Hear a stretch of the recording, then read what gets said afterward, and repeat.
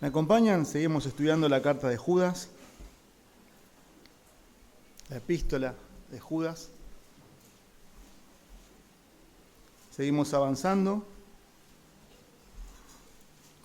Ya hemos llegado hasta el versículo 7. Hoy vamos a ver versículo 8 al 10. Pero vamos a leer del versículo 1 para entrar en contexto.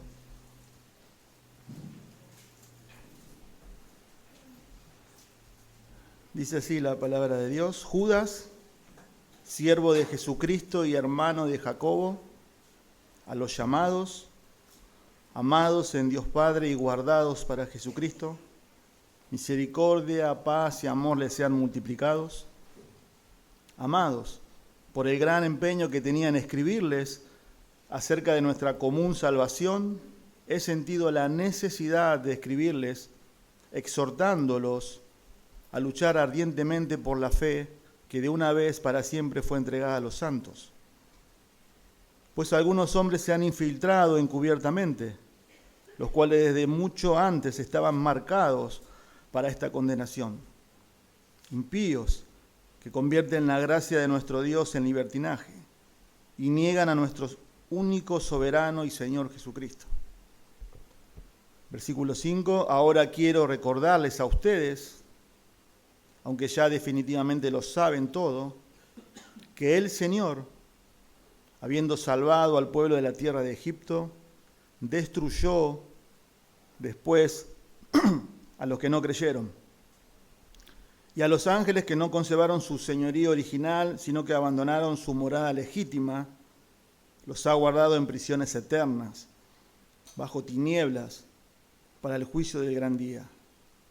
Así también Sodoma y Gomorra y las ciudades circunvecinas, a semejanza de aquellos,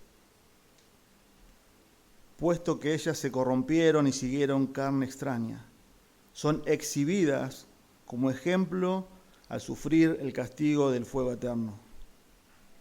No obstante, de la misma manera también estos hombres, soñando, contaminan su cuerpo, rechazan la autoridad y blasfeman de las majestades angélicas. Pero cuando el arcángel Miguel luchaba contra el diablo y discutía acerca del cuerpo de Moisés, no se atrevió a proferir juicio de maldición contra él, sino que dijo: el Señor te reprenda. Pero estos blasfeman las cosas que no entienden y las cosas que como animales irracionales conocen por instinto, por estas cosas son ellos destruidos. Hasta ahí la lectura. Vamos a ver del versículo 8 al versículo 10. Más o menos para estas fechas, en el año 2010, recuerdo bien, próximo a Navidad, recibo un llamado en mi trabajo y me avisan que mi mamá había tenido un accidente. Y bueno, uno lo primero que hace es sale corriendo y me acuerdo que fui a un hospital de Flores, ella vivía en la Paternal. Llegamos lo más rápido posible, llego mi hermano, mis hermanas todavía no habían llegado, y bueno, sale un médico y dice familiares de Blanca, me llamaba mi mamá. Fuimos con mi hermano y me dice: ¿son ustedes nomás hermanos? No, somos más, están en camino mis hermanas. Ah, pero ustedes son hombres, vengan, pasen, mejor, dice así. Usted luego le comunican a sus hermanas la noticia. Bueno, y tiene en la mano una tomografía computada y nos dice que mi mamá había tenido un ACV hemorrágico, no isquémico, hemorrágico. El ACV hemorrágico literalmente es como que te explota la cabeza, se llena de sangre. Nos muestra, tu mamá tuvo un ACV hemorrágico, hay muy pocas probabilidades de vida, seguramente no salga, así nos dijo, y quiero que estén preparados para esto. Quizás pueda tener algunos días, quizás no, y si va a tener una leve mejoría, seguramente después vienen otras complicaciones, dice. Lo que es estar internado, las infecciones intrahospitalarias, todo ese tipo. Entonces uno como que queda en shock con esas noticias, ¿no? Y les animo a que ustedes le digan estas cosas a su hermana, dice. Uno como que no reacciona, pero él nos dio un diagnóstico certero, preciso, real, no grato, Pero era lo que necesitábamos escuchar, era la verdad. Y yo creo que con estos textos del versículo 8 al versículo 10, son textos que a veces uno no quiere escuchar, no quiere predicar, pero están en la palabra de Dios. Y creo que el propósito es ese, es poder dar un diagnóstico de estas personas, de estos herejes, de estos falsos maestros. Y el propósito, así también como yo tuve que identificar y prepararme con lo que iba a venir con mi madre, Dios acá está preparando a su iglesia y la idea es identificar a los falsos maestros, para que la iglesia esté preparada para eso. Porque es una carta que está dirigida a creyentes, recuerden versículo 1. ¿Sí? Entonces, yo le puse como título el diagnóstico o el perfil de los falsos maestros, pero que también nos debe inducir a nosotros como creyentes a vivir en santidad. A vivir en santidad. Porque al ver estos textos también lo que podemos hacer como iglesia es caer en la tentación de decir, bueno, yo hoy estoy en una iglesia de sana doctrina que pretende glorificar a Dios, poner en alto su palabra, la gloria de Dios por sobre todas las cosas, se predica la Biblia, y esto no es para nosotros. Y esa puede ser una tentación, que quizás aún ver esto y decir, bueno, esto es para los falsos maestros, ¿qué tiene que ver esto conmigo? ¿Qué tiene que ver con nosotros? Pero quizás también a la luz de estos textos también nos debemos evaluar y examinar también, que vamos a ver el perfil, el diagnóstico de estos falsos maestros que no conocen al Señor. Pero también como iglesia, como creyentes, también debemos evaluarnos a la luz de la palabra y ver realmente que estos tipos de pecados que estos hombres tienen, también puede haber en nuestras vidas. Quizás no de manera continua y habitual, porque eso también mostraría que no estamos en el Señor, en Cristo. Pero sí como creyentes podemos caer en pecados que estas personas caen. Y a la vez también siempre lo decimos, no nos paramos acá en una plataforma de superioridad teológica y moral, sino que es también para temer esto, para identificarlos. Pero también lo que tenemos que entender también, como leía el hermano Nicolás en Jeremías capítulo 23, el más grande daño y condenatorio que siempre hubo, hay y habrá acerca de los falsos maestros, la falsa enseñanza, es la falsificación de la verdad. Ese es el punto. Porque mal usan la palabra de Dios. Y los que lo escuchan están siendo llevados a esa enseñanza. Y ahí es donde, al no predicar la verdad, porque la gente se salva por la verdad, conociendo la verdad, por eso el Señor dijo en Juan 17, ¿no? Santifícalos en tu verdad, porque tu palabra es verdad. Y siempre decimos, ¿no? Dios a lo largo de toda la Biblia nunca fue blando, nunca fue permisivo con la falsa doctrina y con las personas que enseñan falsa doctrina. Entonces, tenemos que ver también eso ya desde Génesis capítulo 3. Ya en Adán y Eva, ya Dios, Satanás, la serpiente antigua, dice ahí, le dice, con que Dios os ha dicho, le dice, sembrando dudas a lo que Dios le había dicho, ¿recuerdan? Y ahí entró el pecado de Adán y Eva y todos conocemos, y entró todos los problemas, ¿no? El pecado entró al mundo. En Deuteronomio capítulo 13 ya Moisés, a la segunda generación que sí entraba a la tierra prometida, en el capítulo 13, ahora vamos a ver unos versículos de eso, le dice a su pueblo, dice, con respecto a los falsos maestros, dice que ese llamado a que no escuchen. Y le dice, no escuchen a los soñadores. Y aún no escuchen si se cumple lo que ellos dicen. Interesante. Y luego también da un juicio sobre esas personas. Ya en Jeremías capítulo 23, porque el texto sigue en Jeremías capítulo 23. Y como dijo el hermano Nicolás, en un contexto de juicio que Dios se había metido sobre su pueblo Israel, ya venía a Babilonia. Uno de los capítulos más duros de toda la Escritura, acerca de los falsos maestros. El Señor dijo, yo no los mandé, no sé si prestaron atención, yo no los mandé a ellos. No los escuchen. Ellos tienen un patrón de vida que deshonran al Señor. Dice, los sacerdotes, decían, ¿no? También están corrompidos en adulterio. Tanto el profeta como el sacerdote están corrompidos. Jeremías 23:11. Ya en el Nuevo Testamento, en el mismo Señor Jesús, el Verbo encarnado, Dios hecho carne, en el capítulo 7 de Mateo, él mismo dijo: guardaos de los falsos profetas, que vienen a ustedes vestidos de ovejas, pero son lobos rapaces. La idea ahí es que los profetas tenían una vestimenta especial, por eso dice que eran vestidos de ovejas, pero son lobos rapaces. También en Mateo capítulo 24, ya en el contexto de la gran tribulación, también le dice que se van a levantar muchos falsos cristos antes de su venida.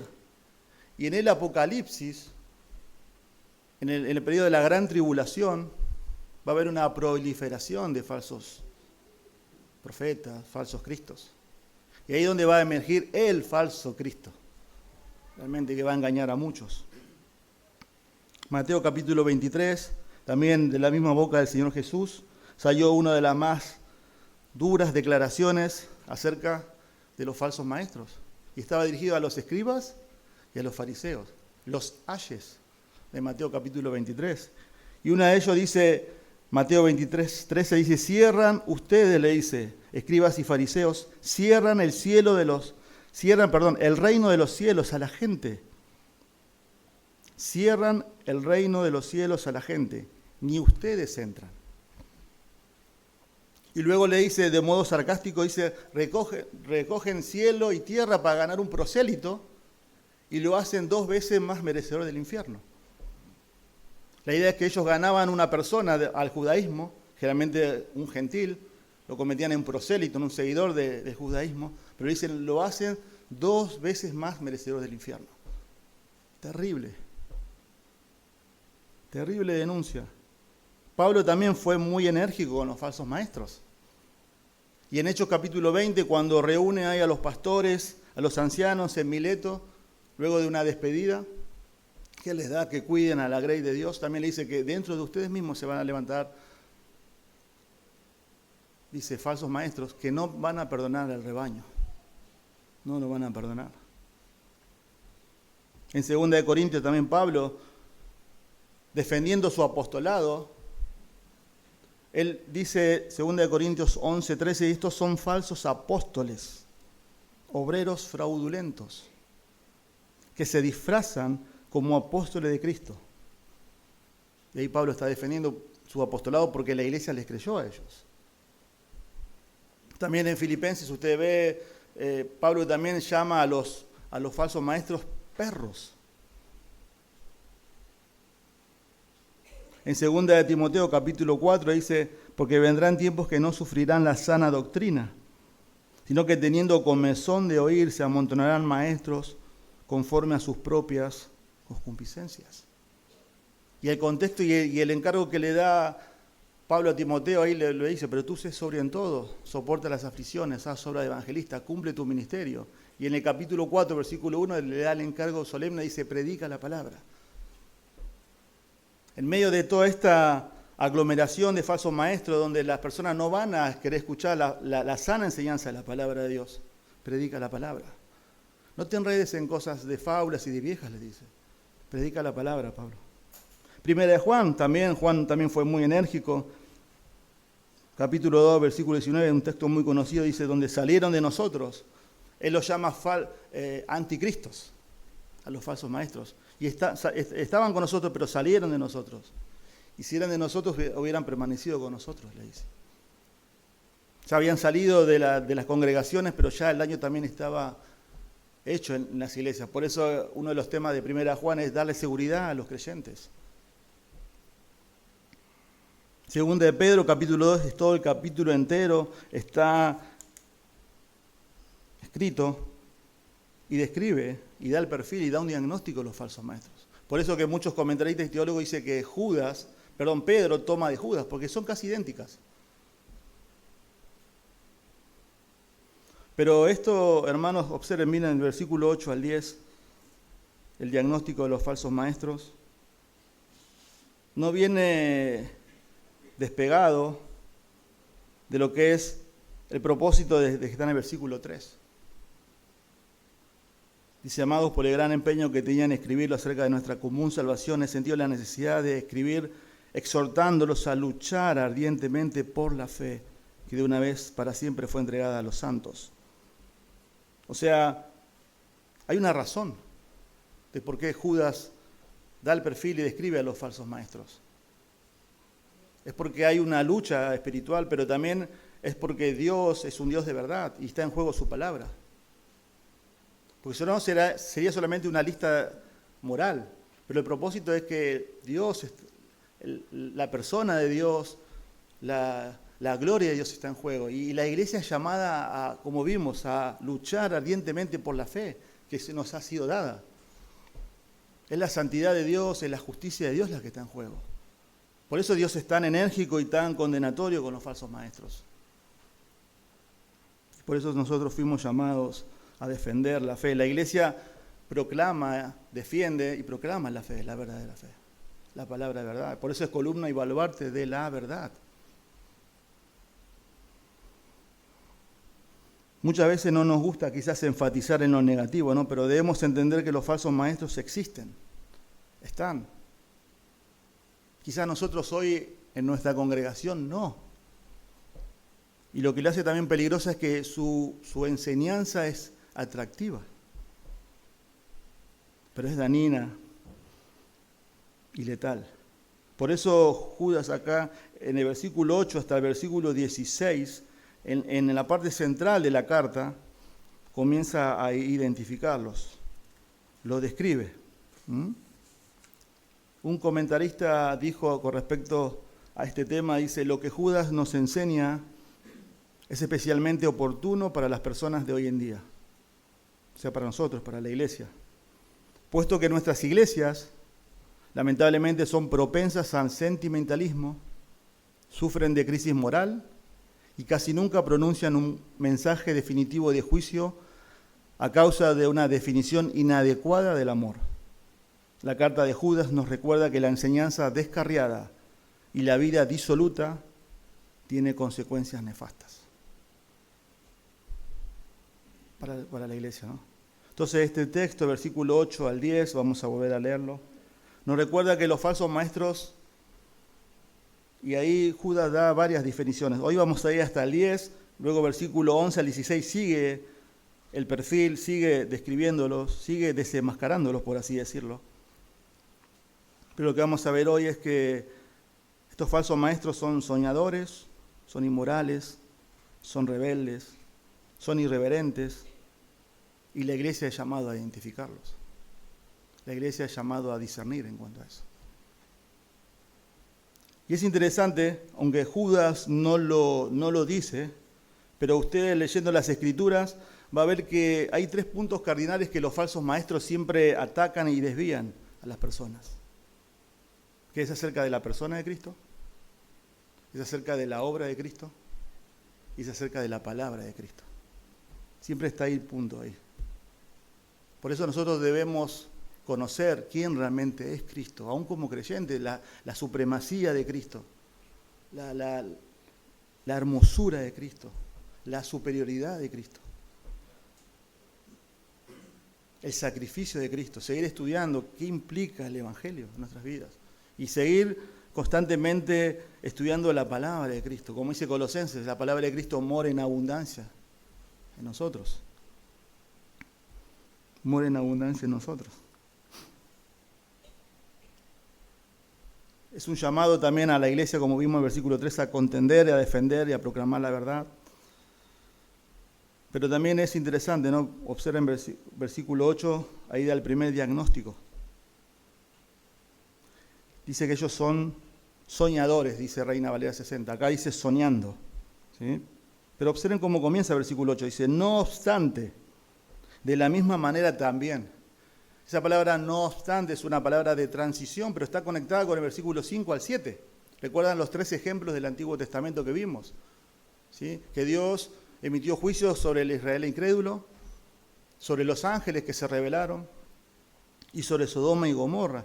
Por eso dice, no obstante, es una palabra de transición, porque entramos al cuerpo principal de la epístola, que es la denuncia de los falsos maestros.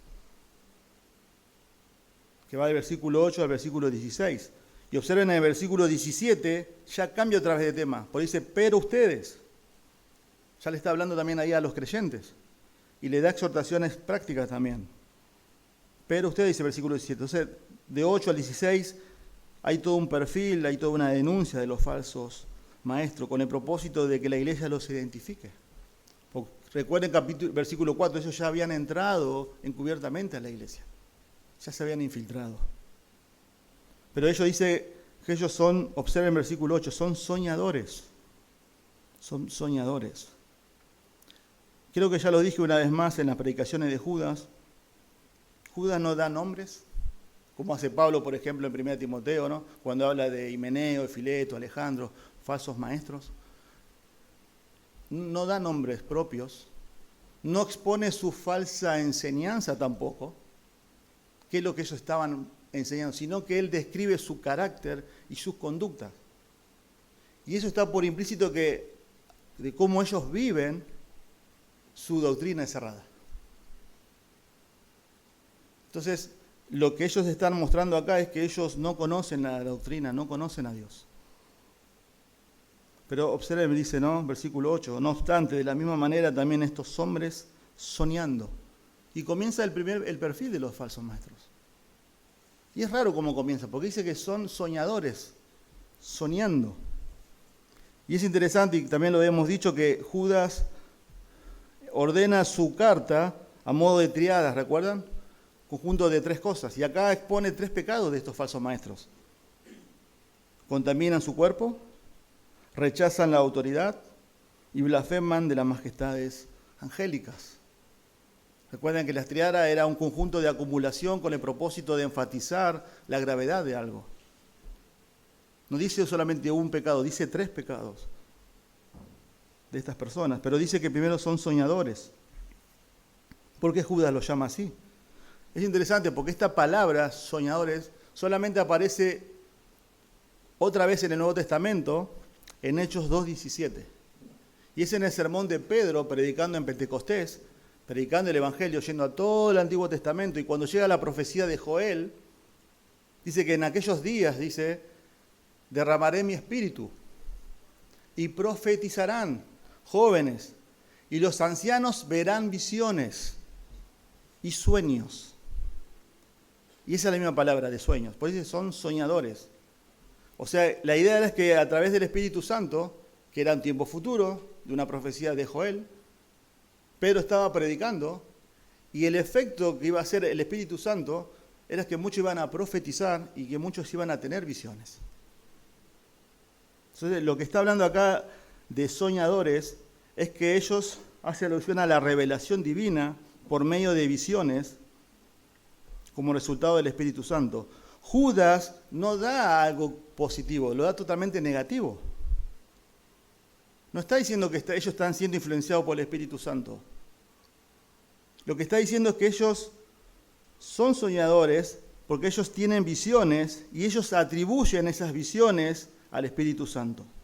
Y así fundaban sus ministerios y su autoridad. La idea es que colocaban sus propios sueños, sus propias sensaciones, sus propias revelaciones a la altura o por encima de la palabra de Dios. Ese es el punto. Yo creo que todos los que estamos acá, en el tiempo que vivimos, hemos visto esto, ¿no? Y vivimos tiempos así, de sueños, de revelaciones, de que Dios me mostró, Dios me dijo, yo soñé. Es más, la Biblia, tenemos que saber interpretarla, habla de que Dios utilizó visiones. Pero en el contexto, Dios ya no lo usa más. Lo que Judas está exponiendo acá a estas personas es que ellos basaban su autoridad en lo que ellos soñaban, en lo que ellos sentían, en lo que ellos creían que Dios les revelaba. Ese es el punto. Y no solamente eso, sino que ellos usaban eso para legitimizar, por así decirlo, sus conductas pecaminosas y legitimizar sus pecados. En la semana, no es mi idea tampoco, si usted hoy va a internet encuentra de todo, ¿o no? De todo. Googlea, como dicen los chicos, sale de todo. Pero sabe que en la semana veía a alguien como para ver esto, y es interesante, ¿no? Y dice que alguien soñó, un profeta, un apóstol, mejor dicho, de Centroamérica, y él dijo que él soñó y declaró que todos los hijos de Dios van a ser ricos. Algo común. Y sabe que él lo que decía, el video es esto, porque está en video, está registrado, ¿no? Dice, ¿dónde están mis millones? Hay un futbolista que yo veo, él dice así, que yo veo y que tiene 30 carros de alta gama, y él siendo impío gana millones. Veo un artista de Hollywood que es impío y tiene tantos millones, y escuchen lo que dice, él dice, y yo que con mi lengua enseño la palabra de Dios y edifico al pueblo, ¿dónde están mis millones? Yo me enojé con Dios, así decía. ¿Dónde están mis millones? ¿Dónde están nuestros millones? Perdón, es un... Yo me enojé con Dios, decía, ¿dónde están mis millones? Y saben lo que es peor, nosotros nos reímos, ¿no? Pero las personas que estaban ahí, amén, gloria a Dios, aleluya, no es motivo de risa, ellos lo creen. Quiero que me acompañen a Deuteronomio capítulo 13, yo lo tengo acá, pero quiero que ustedes también lean la palabra de Dios. Deuteronomio capítulo 13.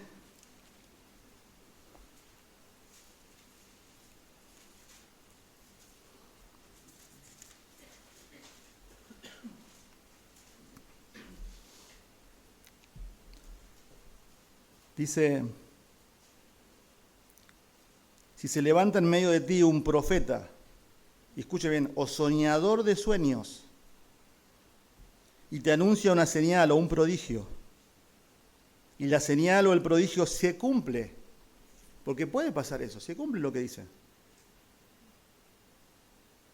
acerca del cual él te había hablado diciendo, y ahí está el error, miren, vamos en pos de dioses ajenos, a los cuales no has conocido, y sirvámoslo. No darás oído a las palabras de ese profeta o de ese soñador de sueños, porque el Señor tu Dios te está probando para ver si amas al Señor tu Dios con todo tu corazón y con todo tu alma. En pos del Señor su Dios ustedes andarán y a Él temerán, guardarán sus mandamientos, escucharán su voz,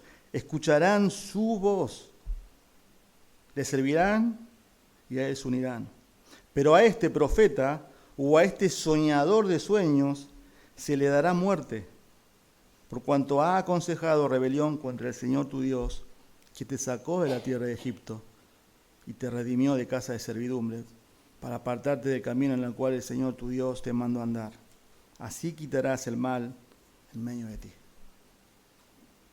Profeta, soñador de sueños, le traigo palabra de Dios, se cumple, pero el propósito es de buscar la gloria de Dios, de edificar al pueblo, no. Te lleva a apartarte de Dios, ese es el punto. Y también Jeremías, ¿no? Jeremías capítulo 23, lo que leyó el hermano Nicolás. Se los leo, Jeremías 23:15. Si quieren, búsquenlo. Dice, por tanto, así dice el Señor de los ejércitos, acerca de los profetas, voy a darles de comer ajenjo y hacerles que beban agua envenenada, dice. Porque de los profetas de Jerusalén han salido la corrupción a todo el país. Siempre hay una relación entre el sueño, revelaciones y la corrupción. También los Judas va a exponer eso. Así dice el Señor de los ejércitos, 23:16. No escuchen las palabras de los profetas que les profetizan. Ellos los conducen hacia lo vano. Le cuentan las visiones de su propia fantasía. De ahí vienen los sueños. De su propia imaginación. No de la boca del Señor. Dicen de continuo a los que me desprecian. El Señor ha dicho, tendrán paz. Eso es lo que ellos decían. Y a todo el que anda en la terquedad de su corazón, dicen, no vendrán calamidad sobre ustedes. ¿Quién ha estado en el consejo del Señor y vio y oyó su palabra? ¿Quién ha prestado atención a su palabra y los ha escuchado?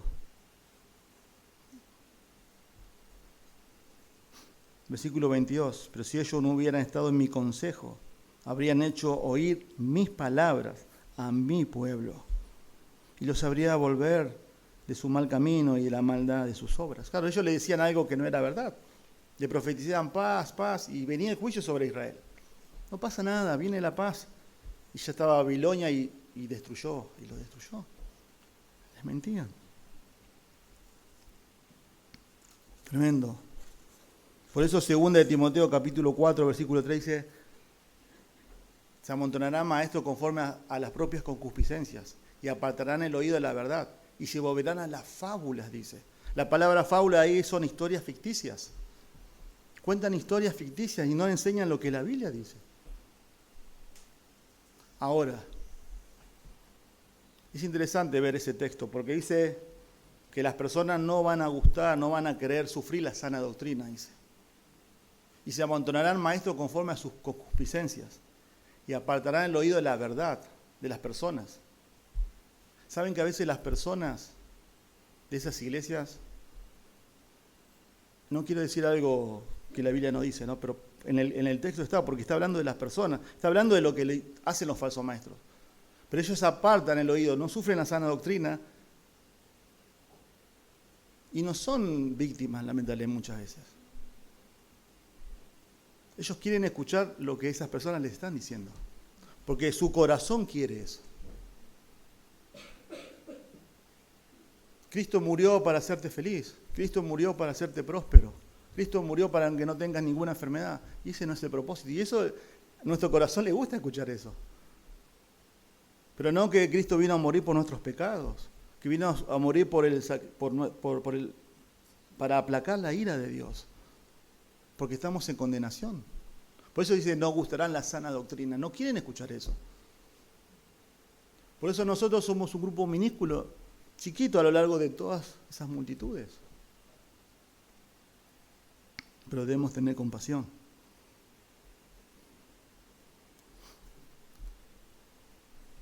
El punto es que la Biblia de Cristo no es su autoridad, sino las historias ficticias, según sus propios deseos. Y lamentablemente muchas veces esas personas hacen de sus palabras una doctrina. Ley para ellos mismos. Pero también debe provocar temor en nuestros corazones, ¿no? Y no decir esto no es para mí. Y hay una evaluación constante, ¿no?, de mi corazón. Y hoy decíamos en la escuela bíblica que debemos evaluarnos siempre. Porque usted ve todas las cartas del Nuevo Testamento, siempre llama a una autoevaluación, una examinación, si realmente estamos en la fe. ¿Por qué? Porque en la iglesia primitiva una persona que no andaba conforme a las palabras de Cristo y su andar no era y no reflejaba a Cristo, ellos dicen, examínense. Y hoy vivimos en un tiempo donde hay muchas denominaciones y no ocurre eso, de examinarte realmente. Pero no lo que hiciste antes, examina tu vida hoy. ¿Cómo fue nuestra semana, hermanos? Realmente, esta semana que pasó. ¿Fue Cristo tu autoridad? No leer la Biblia es decirle a Cristo, vos no sos mi autoridad, yo vivo mi vida autosuficiente, yo puedo con esto, no busco a Dios, no necesito a Dios. No hace falta ser un falso maestro, ¿se entiende? Para no someterse a Dios. Por eso debemos evaluarnos a uno mismo como creyentes. Pero observen el versículo 8, ellos también dice, mancillan la carne.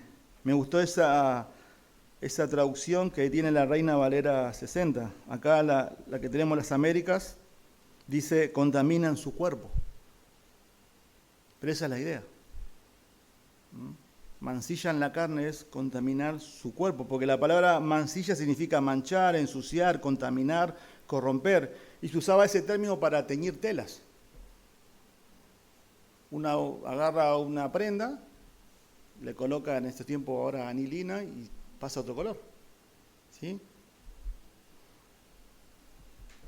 Y la palabra ahí, carne, es sark, habla del cuerpo físico.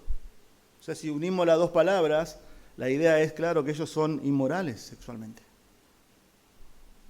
Mancillan la carne, dice. Y está muy conectado al versículo 5, 6 y 7, ¿recuerdan? Que Dios tomó juicio sobre Sodoma y Gomorra, porque ellos dicen que abandonaron su morada legítima, eso es el versículo 6. Pero ellos dicen que se corrompieron y siguieron carne extraña, hablando de lo que es la homosexualidad, todo tipo de pecados sexuales ahí. La Biblia, la Nueva Traducción Viviente, dice, llevan una vida inmoral. Segunda de Pedro, capítulo 2, versículo 14, dice que ellos siguen y apelan a sus apetitos sensuales. Yo creo que, hermanos, no estamos lejos y todos vemos eso, ¿no? De los escándalos que hay hoy en las iglesias con la inmoralidad sexual, ¿no? No solamente en estas iglesias. Y creo que la inmoralidad sexual es como un tsunami que arrastra y que lleva todo. Y también nosotros no podemos estar exentos. Pero acá lo que está diciendo estos falsos maestros mancillan la carne. Por eso dice versículo 4, y tiene sentido, porque ellos dicen, por eso dice, convierten la gracia de nuestro Dios en libertinaje. Usan la palabra de Dios, usan la gracia de Dios para poder, de alguna manera, vivir sus vidas licenciosas. Por eso también en la semana escuchaba de un apóstol que se divorció de su esposa. La esposa se casó con un hombre más joven y el hijo de ellos dos aprovechó el divorcio de ellos y dejó a su esposa y se casó con otra mujer. Pero ellos siguen siendo su ministerio y siguen teniendo sus vidas. Pero usted dice, bueno, esto pasa, pero también, ¿cómo estamos nosotros en esta área de la inmoralidad sexual? Porque Dios habla mucho acerca de la pureza sexual. Por eso la palabra de Dios dice, pues la voluntad de Dios es vuestra santificación, que os apartéis de fornicación. Por eso también es un llamado a nosotros a evaluarnos. Ver mi vida y evaluarme en esta área. Hay una frase que el pastor Merino siempre dice, y obvio sacado de la Biblia, ¿no? No se puede ser inmoral y espiritual al mismo tiempo. No se puede. Se puede, pero caemos en hipocresía.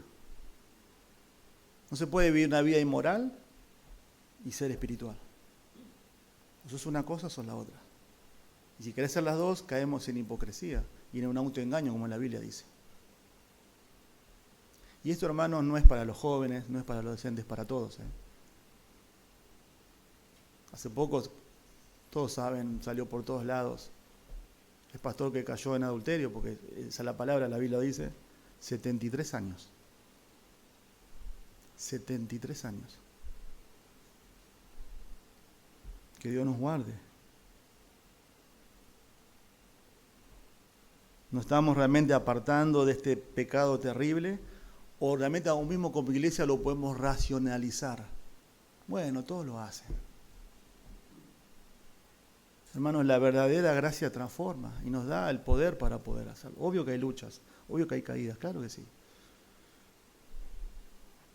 Pero no podemos naturalizar y racionalizar algo que Dios aborrece. Miren versículo 8. No solamente contaminan la carne, sino que dice rechazan la autoridad. Rechazan la autoridad, son rebeldes, son insubordinados. Lo mismo que el versículo 6.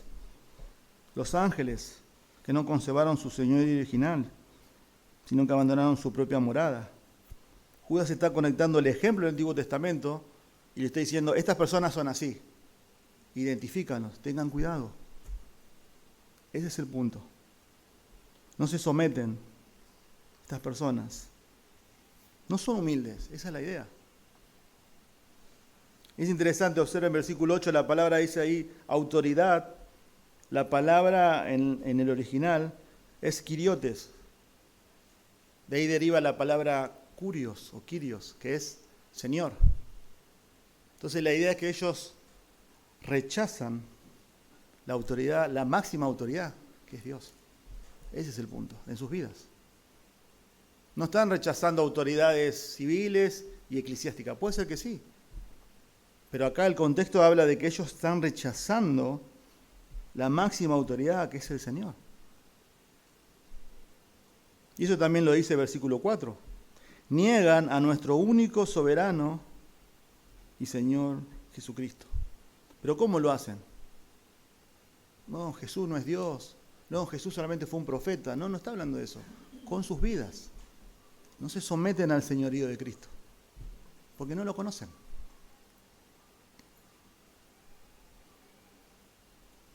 No lo conocen. Son autoridad en sí mismos. Por eso en el versículo 12, estos son escollos ocultos en los ágapes de ustedes. Son términos muy fuertes que usa Judas. No sé si notan. Cuando banquetean con ustedes sin temor, apacientándose a sí mismos, dice. Hermanos, hay dos maneras de vivir. No hay tres ni cuatro, hay dos maneras. Confiando en Dios y viviendo en una total sumisión a su voluntad, a su señorío, o tratando nosotros de vivir nuestra propia vida y ser Dios. La Biblia habla de eso. Lamentablemente, aún mismo dentro del mundo evangélico en el cual vivimos, y debemos cuidarnos también nosotros de eso. Hoy la gente quiere un Dios, pero sin ira. Quiere gracia, pero sin ley. Quiere privilegios, pero sin rendición de cuentas. Quieren un redentor, pero sin juicio. Quieren un cielo, pero sin infierno. Y forman su propio Dios a su propia medida. Y no es el Dios de la Biblia. Nosotros fuimos creados a imagen y semejanza de Dios. El hombre hoy crea a Dios a su propia semejanza. No es el Dios de la Biblia. Es el Dios que brota de su propia imaginación. Y hermanos, como creyentes, es un deleite colocarnos bajo el señorío de Cristo. ¿O no es así? Es un deleite. En la salvación Dios conquista nuestro corazón. Él es nuestro Señor, es nuestro Rey ahora. Por eso ellos rechazan la autoridad. No es su Rey, no es su Señor. Lo odian. Viven su propia vida. Y nosotros aún como creyentes podemos estar viviendo así también. Evaluemos. Miren, también son irreverentes, dice, blasfeman, versículo 8. Blasfeman de las majestades angélicas. También se traduce calumnian a las glorias. Es interesante porque acá también emana el orgullo de sus propios corazones. La idea que ellos calumnian, desafían, insultan a seres angelicales, que son mucho más poderosos que nosotros. La idea es que ellos se creen un poder superior a estos seres que Dios ha creado. Por eso los desafían. También de eso hay un montón de cosas en internet, ¿o no? Desafían a Satanás, revolean un saco y otras cosas y muchas cosas. Pero el punto acá es que ellos blasfeman, injurian a las majestades angélicas. Y está conectado, observen versículo 9, el versículo 9 es como una ilustración de esto, porque el versículo es como un sándwich conceptual, porque el versículo 10 vuelve al tema, dice, estos blasfeman.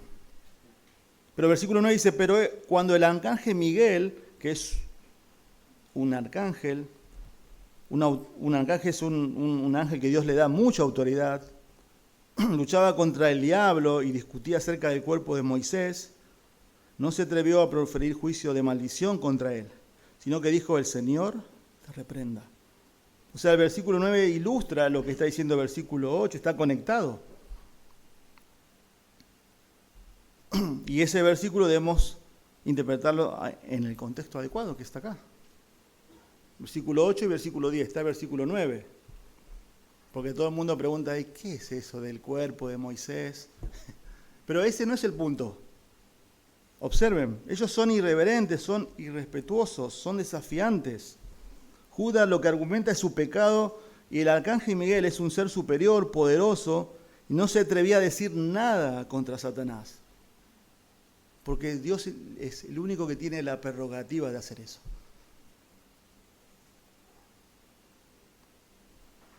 ¿Cuántas cosas vemos hoy? Eso está lleno, ¿no? Pero observen, uno de los más altos rangos que Dios le dio a los ángeles, que es el arcángel Miguel, se ubicó, por así decirlo. Su lugar era ese, él entendió su propio lugar. Y dijo que el Señor te reprenda. Y es interesante que los ángeles, que estas personas desafían, blasfeman, desafían, por ejemplo, en Gálatas 3:19 trajeron la ley. Miren el ministerio que tuvieron. Vimos acá en Sodoma y Gomorra solamente el poder que tienen estas personas. 2 ángeles destruyeron estas ciudades. Bajo la soberanía de Dios. Este arcángel en el libro de Daniel, Miguel, le doy en Daniel 10:13 es llamado el príncipe. En Daniel 10:21 es llamado vuestro príncipe. En Daniel 12:1 el gran príncipe, hablando acerca de que él es el cuidador de Israel. En Apocalipsis 12:7 el arcángel Miguel dirige la batalla contra el dragón y sus demonios. O sea, es un ser con alta autoridad, con mucho poder, y sin embargo observen lo que dice el versículo 9. Él no se atrevió a proferir juicio contra Satanás, que el Señor te reprenda. Y es interesante, observen el versículo 9, ahí dice, no se atrevió a proferir juicio. La palabra atrever aparece 16 veces en el Nuevo Testamento. Siempre está relacionado con la vergüenza. La idea es que Miguel no quiso avergonzar al Señor, hacer algo que Dios no le mandó a hacer. Ese es el punto. Permaneció en su posición. Él fue muy cuidadoso cuando se dirige a Satanás, que es más fuerte y más poderoso que nosotros, obvio que sí. Bueno, no vamos a extendernos mucho, pero cuando habla ahí acerca del cuerpo de Moisés, lo que Judas está utilizando ahí, y lo hace mucho Judas, es un material, una literatura judía, una extra bíblica que no está en el canon, pero que fue usado mucho en la iglesia primitiva, que eran libros de literatura judía importantes. Lo que han estudiado acá saben de lo que estoy hablando, que habla de Primera de Enoc, y esta porción está en un libro, vuelvo a reiterar, no es canónico, que se llama La Asunción de Moisés, que la audiencia original sabía y leía esto. Y ahí dice, en el libro de la Asunción de Moisés, en esta literatura, que cuando Dios va a enterrar a Moisés, ¿sí? Eso sí está en Deuteronomio 34, dice que Dios enterró a Moisés y nadie sabe el lugar. Pero esta literatura extra bíblica dice que cuando se llevan el cuerpo de Moisés aparece Satanás y lo que quería hacer era desacreditar a Moisés, porque él tuvo pecado en su vida. Por ejemplo, dice, mató al egipcio. ¿Cómo va a tener una sepultura honrosa? Pero eso está todo en la literatura extra bíblica judía llamada, googleen dónde están estos libros, ¿sí? Se llama la Asunción de Moisés. El Espíritu Santo toma esto, lo coloca acá, ¿sí? Pero el punto acá es, vuelvo a reiterar, la actitud que tiene el arcángel de no atreverse a hacer algo que solamente Dios hace. Ese es el punto.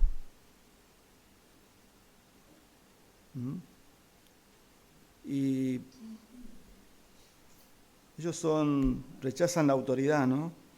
Es una característica de los falsos maestros. Pero también yo vuelvo a reiterar y veía mi vida y no quiero que esto sea solamente algo, bueno, son los falsos maestros, debemos identificarlos, debemos cuidar la iglesia. El punto también es, ¿cuánto estamos dependiendo del Señor nosotros en nuestra vida diaria? Realmente. O nos fiamos, como dice Proverbios, en nuestra propia prudencia. Porque vivir así es decirle, yo no me someto a Dios, yo decido mi vida. Vuelvo a reiterar una aplicación, no buscar al Señor, leer la Biblia todos los días. No es solamente hoy yo no leí, es yo no busqué al Señor, yo no busqué su dirección, su guía, su consuelo, su autoridad. Yo vivo mi vida, yo puedo vivir un día sin Dios. Mañana me levanto y hago lo mismo. Y hago lo mismo. Y se convierte en un hábito no buscar al Señor.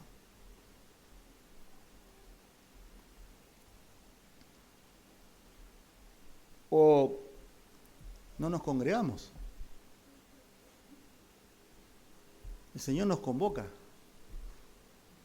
Él es digno de suprema alabanza y adoración.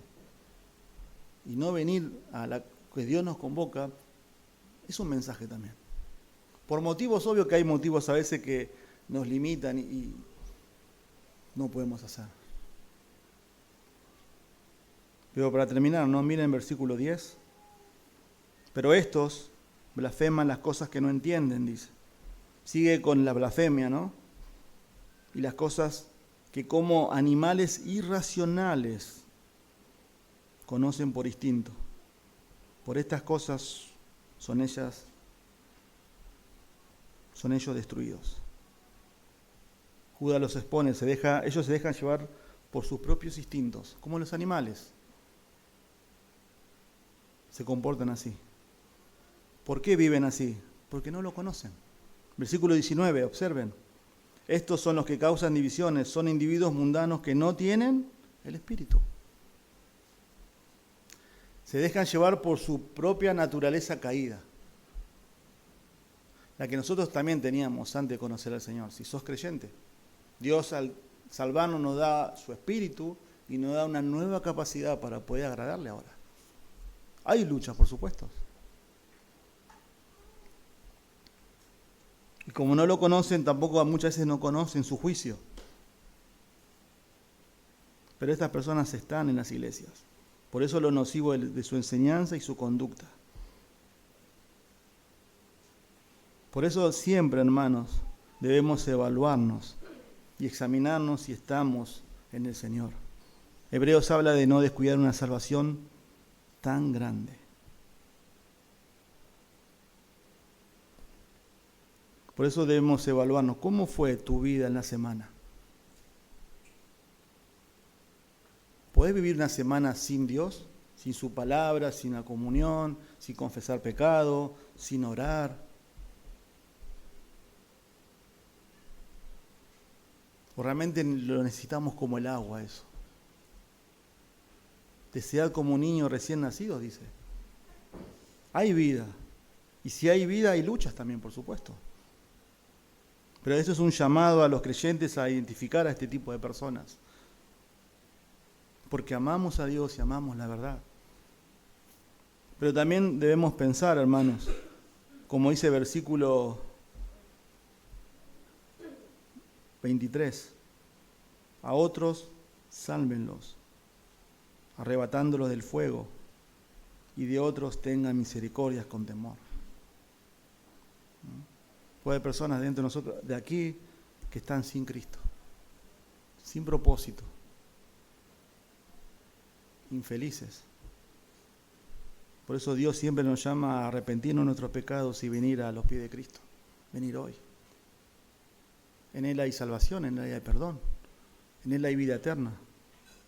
Cristo murió por nuestros pecados, no murió para hacernos felices, para tener una vida agradable, para tener riquezas, para tener salud. Cristo murió por nuestros pecados. Nuestro mayor problema son nuestros pecados. Y si han sido perdonados, Dios nos da vida eterna y gozamos de la vida eterna. Cristo murió y resucitó y está sentado a la diestra del Padre y está esperando venir y emitir juicio.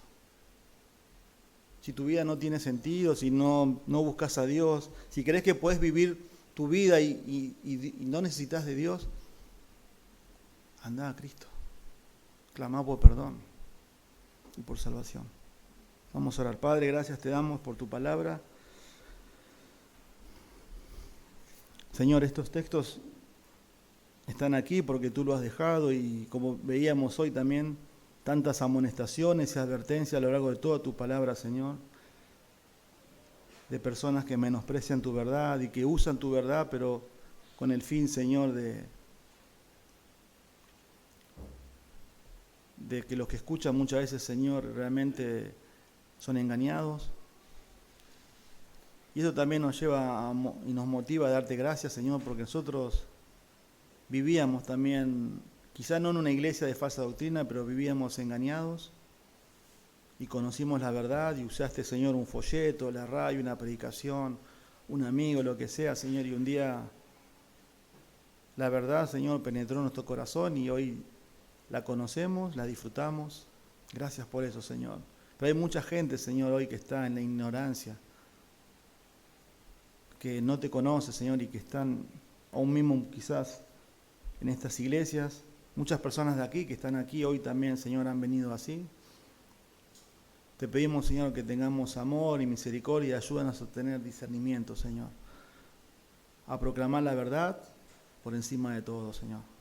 Fuimos llamados a eso, a defenderla, pero porque te amamos y amamos tu palabra, Dios. En el nombre de Jesús, amén.